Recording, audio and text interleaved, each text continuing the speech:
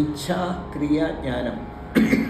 കർമ്മഭാവങ്ങളെ ഇവിടെ ഭാര്യമാരായി, ജീവഭാവങ്ങളെ എങ്ങനെ മക്കളായിട്ട് കണക്കാക്കിയോ അതുപോലെ തന്നെ ദശരഥൻ്റെ എൻ്റെ കർമ്മഭാവങ്ങളാണ് 3 അത് ഇച്ഛ, ക്രിയ, ജ്ഞാനം എന്ന പേരിൽ അറിയാം. തന്നിൽ തന്നെ ഇരുന്നരുളുന്ന ബ്രഹ്മവിദ്യയെ സാധകന് പ്രാപിക്കാൻ കഴിയും.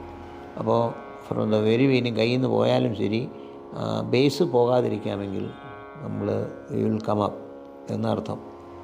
ഇപ്പോൾ ബ്രഹ്മവിദ്യ രാജസത്തിൻ്റെ പരിലാളനയിലാണ്. രാജസത്തെ നിഗ്രഹിച്ചാൽ ബ്രഹ്മവിദ്യയെ പ്രാപിക്കാം. അതിനുള്ള വഴി സാധകൻ കൂടുതൽ ശക്തനാവുക എന്നത് മാത്രമാണ്. ബ്രഹ്മചര്യമാണ് അതിനുള്ള വഴി.